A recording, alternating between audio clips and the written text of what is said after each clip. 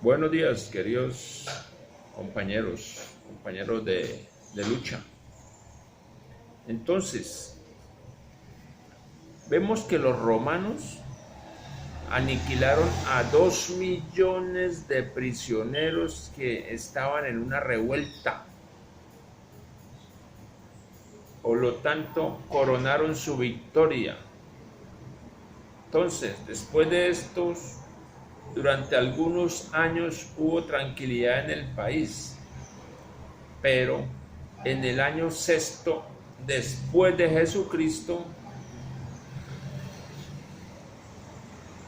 poco después de la introducción de una administración romana directa, que inició su actividad con un censo popular para fines impositivos, hubo en el país un nuevo movimiento revolucionario. Comenzó entonces una separación entre la clase baja y la clase media, o sea, entre los anarex y los fariseos. Si bien 10 años antes los fariseos habían participado en la revuelta, ahora tenía lugar una nueva escisión entre los grupos revolucionarios urbanos y rurales. O sea, se habían separado los fariseos. Los fariseos ya no entraban en la revuelta. Por una parte los fariseos y por la otra los de la clase baja. Entonces, las clases bajas del campo y la ciudad se unieron en un nuevo partido que se llamaba los celotes. ¿Ya? Los fariseos se separaron de la clase baja, pero los de la clase baja se unieron los del campo y los de la zona rural y conformaron lo que se llamó los celotes. Celotes.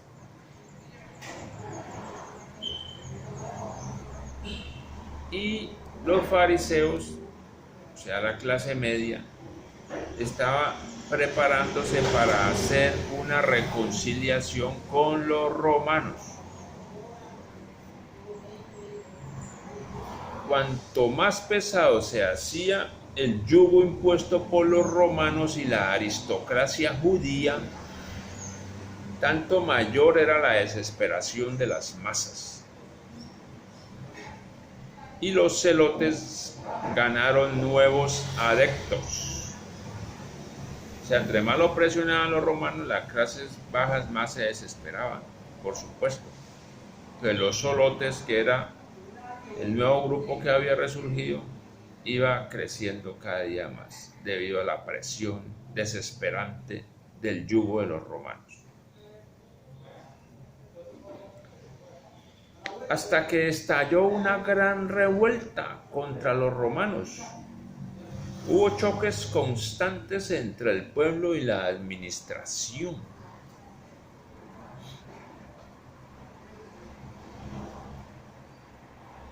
Las ocasiones de los golpes revolucionarios eran los intentos de los romanos de erigir una estatua de César o el águila romana en el templo de Jerusalén.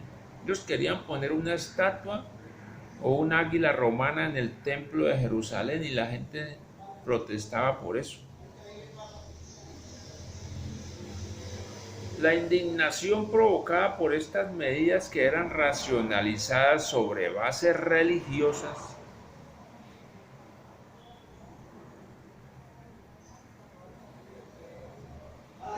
provenían en realidad del odio que las masas sentían por el emperador como líder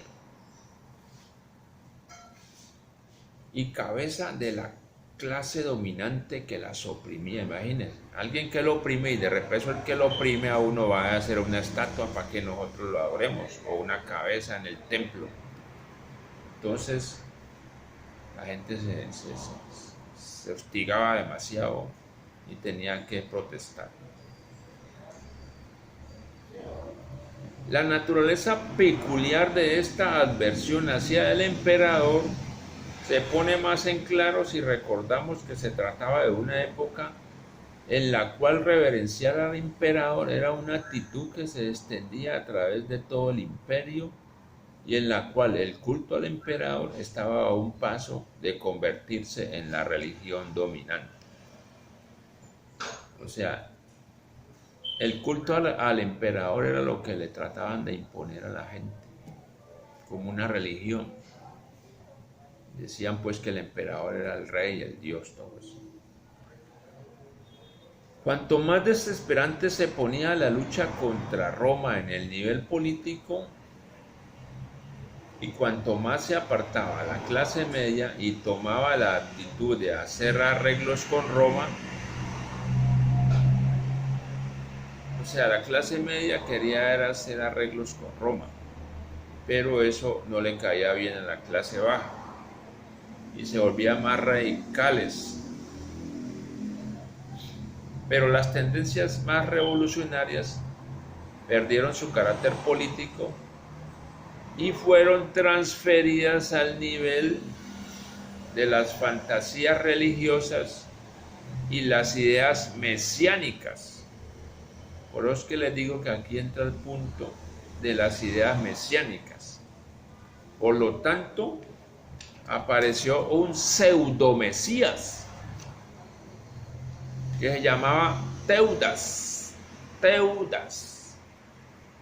Prometió a la gente que la llevaría al Jordán y repetiría el milagro de Moisés. Los judíos pasarían el río a pie enjuto, pero los perseguidores romanos se ahogarían persiguiéndolos. Eso era lo que le prometía este pseudo-mesías llamado Teudas. O sea, apelaba a una fantasía para solucionar la hostigación que tenían los romanos sobre las clases bajas. Los romanos vieron en estas fantasías la expresión de un peligroso fermento revolucionario. Por lo tanto, mataron a los adeptos de Teudas y decapitaron a Teudas. El niño.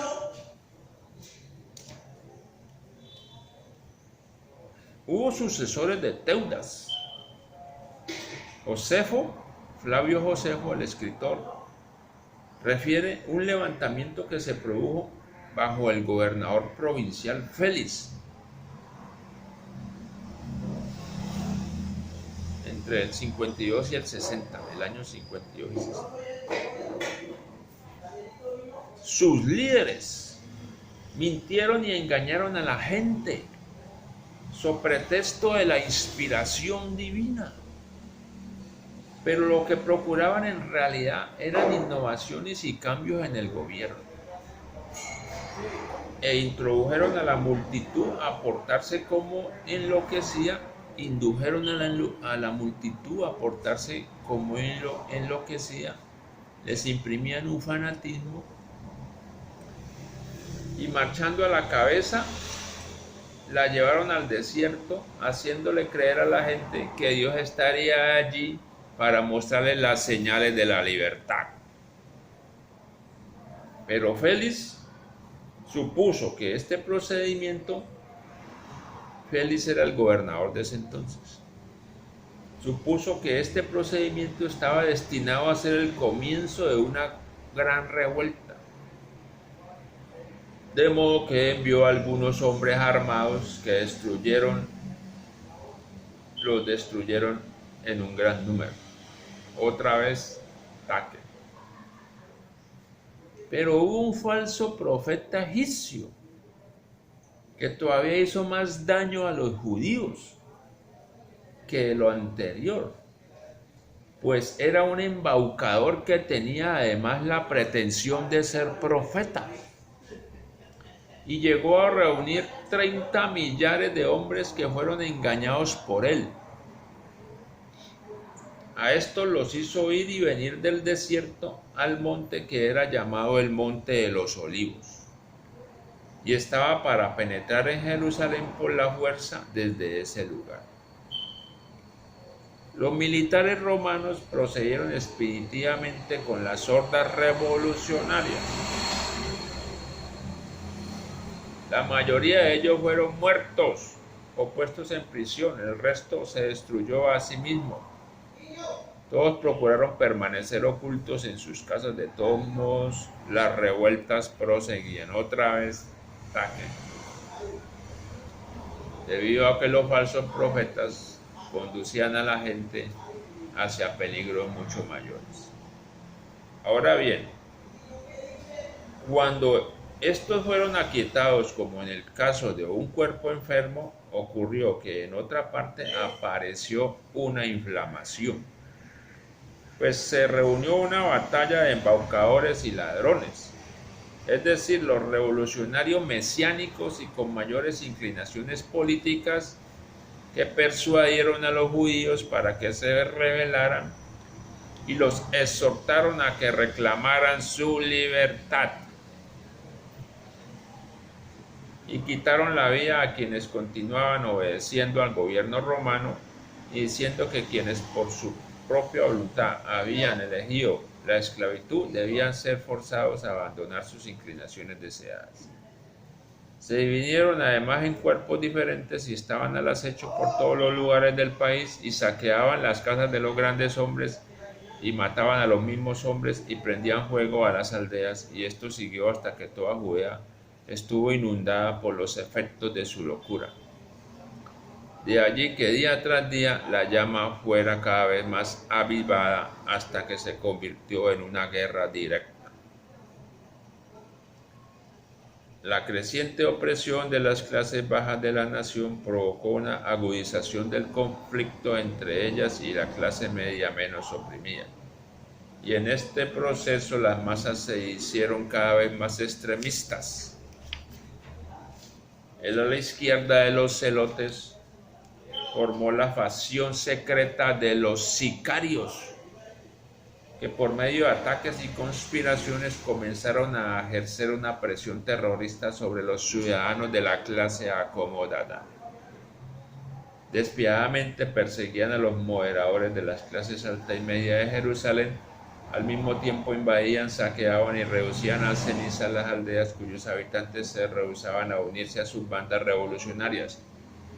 Los profetas y los pseudomesías, de modo análogo, no cesaban su agitación entre el pueblo común.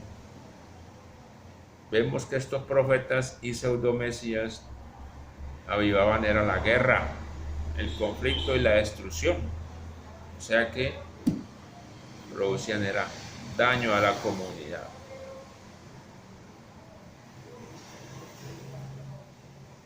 Finalmente, en el año 66 estalló la gran revuelta popular contra Roma. Fue apoyada primero por la clase media y baja de la nación, las cuales en cruenta lucha superaron a las tropas romanas. En el comienzo la guerra fue conducida por los poseedores de propiedades y los educados, pero estos obraban con escasa energía y con la tendencia de llegar a arreglos. De allí que el primer año terminara en fracaso. No obstante, varias victorias y las masas atribuyeron el mal resultado a la dirección débil e indiferente de los comienzos de la guerra. Sus líderes intentaron por todos los medios apoderarse del mando y ponerse ellos en el lugar de los líderes existentes, dado que estos últimos no estaban dispuestos a dejar voluntariamente sus posiciones. En el invierno de los años 67 y 68 se desató una sangrienta guerra civil donde se vieron escenas abominables comparables con las de la Revolución Francesa.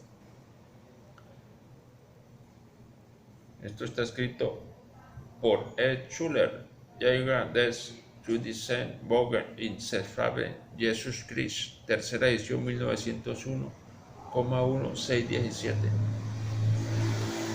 Mientras el rabí Yohanan ben Zakkai, uno de los fariseos importantes, se pasó al enemigo e hizo las paces, los pequeños comerciantes, artesanos y campesinos defendieron con gran heroísmo durante 5 meses la ciudad contra los romanos. No tenían nada que perder, pero tampoco nada podían ganar, pues la lucha contra el poder romano era sin esperanza y estaba llamada a terminar en el fracaso. Muchos de los pudientes lograron salvarse pasándose a los romanos, y no obstante el disgusto profundo que sentía por los demás judíos Tito admitía, sin embargo, a aquellos que huían. Al mismo tiempo, las masas combatientes de Jerusalén asaltaron el palacio del rey, donde muchos de los judíos acomodados habían guardado sus tesoros, se apoderaron del dinero y mataron a los dueños. La guerra romana y la guerra civil terminaron con la victoria para los romanos. Esto fue acompañado por la victoria del grupo judío dominante y la ruina de un centenar de millares de campesinos judíos y las clases urbanas más bajas. De aquí vamos a dejar este estudio y vemos esta situación que se encontraba en los comienzos del cristianismo. Guerra tras guerra, falsos mesías conducían a las masas hacia grandes conflictos donde terminaban perdiendo la batalla. Más adelante continuaremos con este estudio. Muchas gracias.